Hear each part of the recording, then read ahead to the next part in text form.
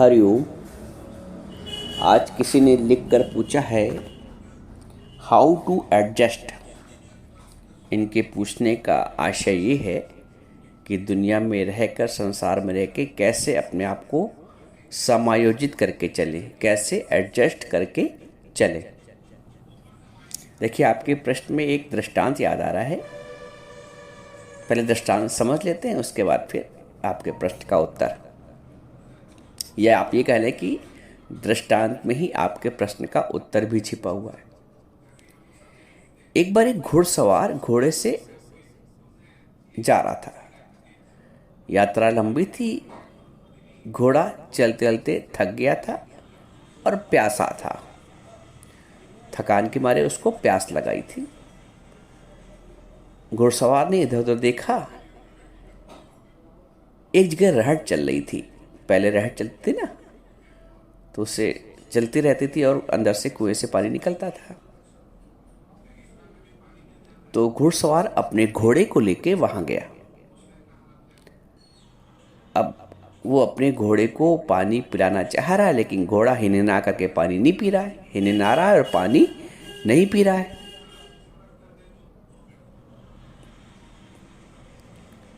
तो वहां जो बैठे सज्जन थे रहट पे, उस व्यक्ति ने पूछा कि आप का घोड़ा पानी क्यों नहीं पिला रहे हैं आप अपने घोड़े को।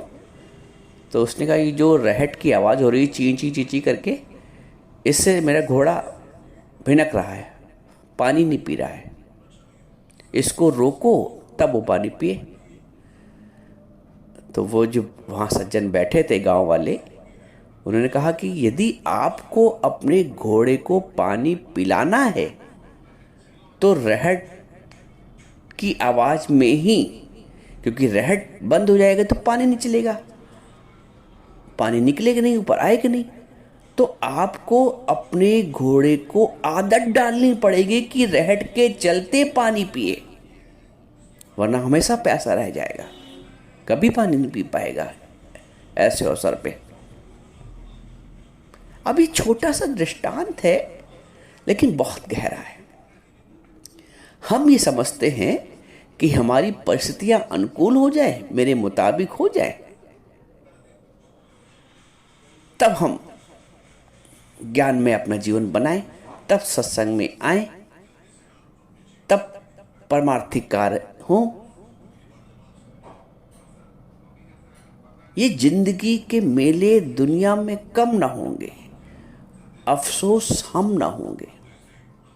आप ये चाहते हो कि मेरा बेटा कहीं लग जाए तो मैं निश्चिंत हो जाऊं, तब मैं सत्संग आऊं। मेरे बेटे की शादी हो जाए, बहू आ जाए, थोड़ा फ्री हो जाऊं, तब मैं सत्संग के लिए निकलूं।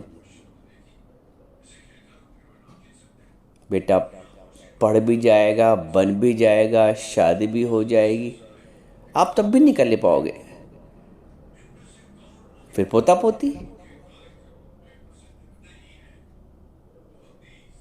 ये जो चक्र है ना फंसने वाला, ये अंत तक बंद नहीं होगा।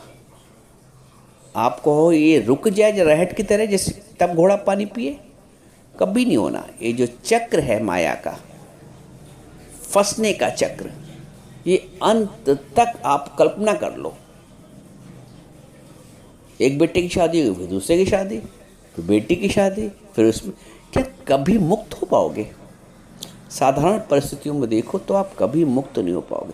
हो सकता है बहू के आने से और बंध जाओ, उसका स्वभाव कैसा हो, उसका संस्कार कैसा हो, आचरण व्यवहार वाणी कैसी हो, तुम मुक्त होने की जगह और बंध जाओ और न निकल पाओ घर से। तो ये कहना कि परिस्थिति बन जाए तब मैं सत्संग सुनूं, तब मेरा मन लगे, मन तुम्हें अभी लगाना पड़ेगा, इन्हीं परिस्थितियों में लगाना पड़ेगा। रहट के चलते घोड़े को पानी पीने की आदत डालनी पड़ेगी। जीवन की सारी समस्याओं के बीच आपको समाधान ढूंढना पड़ेगा।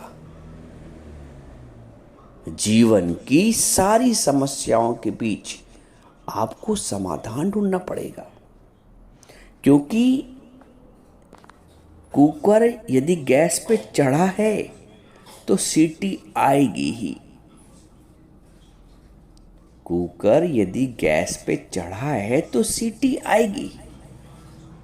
आप सीटी की आवाज से, सीटी की शोर से बच नहीं सकते हो। संसार में हो तो संसार के ताने बाने सामने आएंगे ही, और आना भी जरूरी है सीटी का। सीटी आएगी तभी तो भोजन बनेगा, तभी तो जीवन चलेगा, तो वो भी एक अंग है। वैसे ही संसार की समस्याएं, संसार के ताने बाने, संसार के द्वंद्व, इनसे हम फारिग नहीं हो पाएंगे स्थूल रूप से। अंतर्मन से तो बच जाएंगे, समस्त आसक्तियों से, लोभ से, मोह से, काम से, क्रोध से। लेकिन बाहर की तुम कहो परिस्थितियां बदल जाए, परिस्थितियां नहीं बदलेंगी कभी भी। इस सहारे मत रहना कि अगला सुधर जाए तब मैं मुक्त होंगी, तब मैं ज्ञान सुनूंगी। अगला बन जाए, बहू आ जाए, फिर और नए धंधे। ये धंधे कभी समाप्त नहीं होंगे। जीवन समाप्त हो सकता है, ये सांसों की माला टूट सकती है, लेकिन जो सृष्टि का चक्र है वो चलता रहेगा। न जाने कितने लोग अब शरीर में नहीं होंगे, तो क्या उनके घर नहीं चल रहे? सबके घर चल रहे हैं। सृष्टि का चक्र नहीं रुकता है। हम चाहे सृष्टि का चक्र रोक के कोई कार्य कर ले, परमार्थ की प्राप्त कर ले, तो सृष्टि का चक्र तो नहीं रुकेगा। कुकर चढ़ा है गैस पे तो सीटी आएगी, रहट चल रही तो चूचू की आवाज आएगी। हमको एडजस्ट करना पड़ेगा।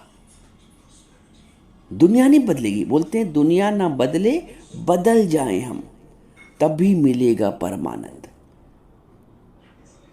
बेटा सुधर जाए तब मैं निश्चिंत हो जाऊं, बहू आ जाए तब मैं मुक्त हो जाऊं, तब मैं सत्संग सुनूं, तब मुझे मेरे मन में शांति आए। तो नहीं आएगी। बहू के आने के पश्चात भी नहीं आएगी।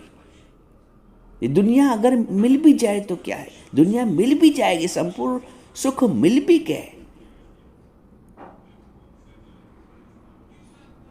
मन की शांति तब भी नहीं मिलेगी। क्योंकि मन की शांति के लिए हमको अपने विकारों से मुक्त होना पड़ेगा। निर्विकार परमात्मा की प्राप्ति के लिए, अनुभूति के लिए हमें भी निर्विकार बनना पड़ेगा। हमें भी अहंकार रहित बनना पड़ेगा, कामना रहित बनना पड़ेगा, वासना रहित बनना पड़ेगा। क्योंकि निर्विकार बन के ही हम निर्विकारी की अनुभूति कर सकते हैं। तो उसके लिए दुनिया को बदलने की आवश्यकता नहीं है। दुनिया जैसी चल रही चलने दो, तुम्हें अपने आप को बदलने की आवश्यकता है। दुनिया ना बदले, बदल जाए हम। दुनिया के बदलने का इंतजार करोगे तो कभी नहीं बन पाओगे, कभी ज्ञान को धारण नहीं कर पाओगे, कभी अपने लक्ष्य की प्राप्ति नहीं कर पाओगे, कभी उस परम शांति को अनुभूत नहीं कर पाओगे। तुम्हारा लक्ष्य ऊंचा होना चाहिए, तुम्हारा लक्ष्य परम होना चाहिए, तुम्हारा उद्देश्य परम होना चाहिए। छोटी छोटी बातों में उलझोगे तो एक बड़े समाधान को कैसे प्राप्त करोगे? तुम घर की छोटी छोटी बातों में उलझ जाते हो। किसी ने जरा सा 19-20 किया, तुम्हारे जरा सा विपरीत हुआ कोई, तुम्हारी परमात्मा से प्रीत टूट गई। जरा से किसी ने अपशब्द बोला, जरा से किसी ने ऊंची आवाज में बात की, जरा से किसी ने तुम्हारे मन की बात नहीं की, जरा से कोई पूछ के नहीं गया, जरा से कोई नुकसान हो गया बहू बेटी से, तुम्हारा पारा हाई, लड़के ने एसी खुला छोड़ दिया, लो उसमें भी। जरा सी लाइट रात भर खुली रह गई, तुम उस पर परेशान। अब दोबारा तो उसको बचा नहीं पाओगे। परेशान क्यों होते हो?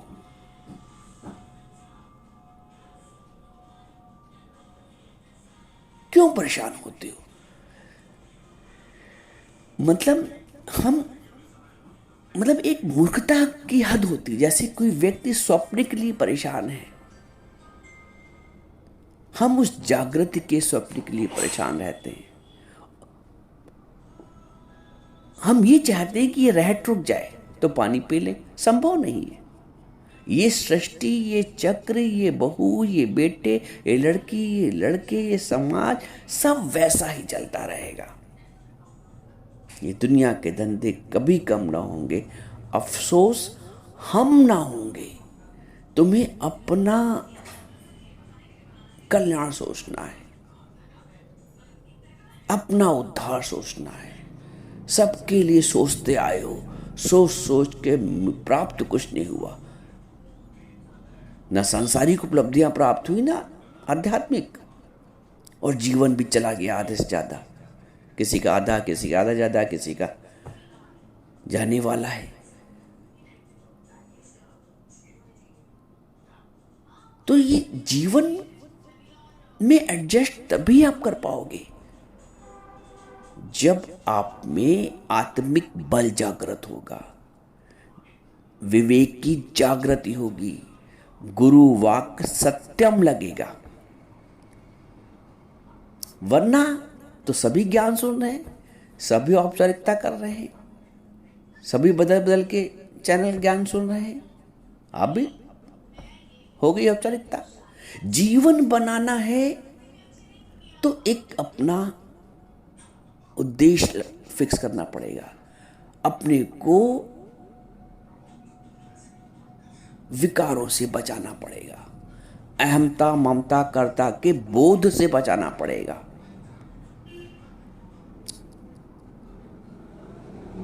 जब तक परहेज नहीं करोगे, दवा कितनी भी कर लो, परहेज आवश्यक है। ज्ञान कितना भी सुन लो,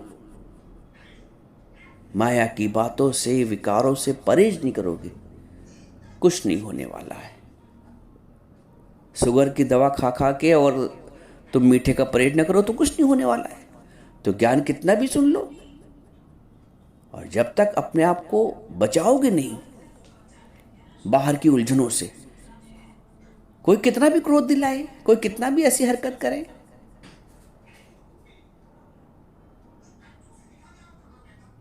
तुम अपने आप को शांत रखो।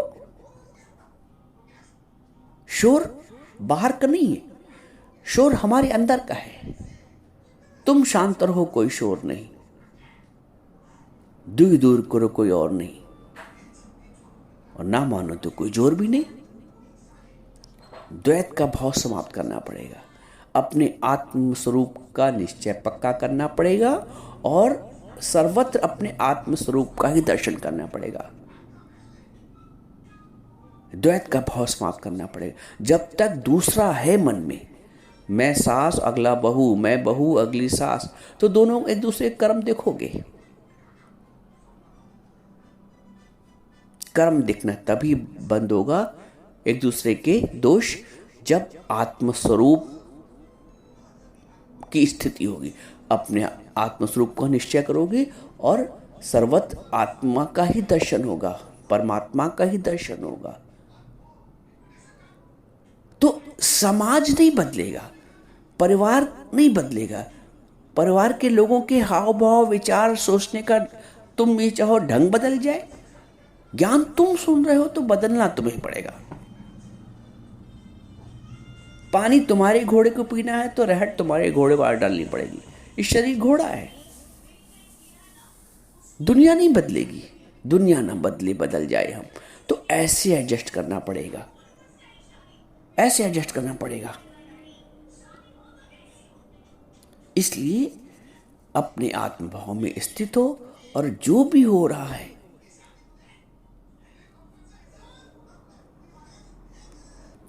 उसमें दखलंदाजी कम करो, टोका टाकी कम करो, बहुत टोका टाकी अब तक किया है, अब अंतर्मुख हो जाओ, बहिर्मुखता छोड़ो। यही एक रास्ता है अपने आप को समायोजित करने का, अपने आप को एडजस्ट करने का।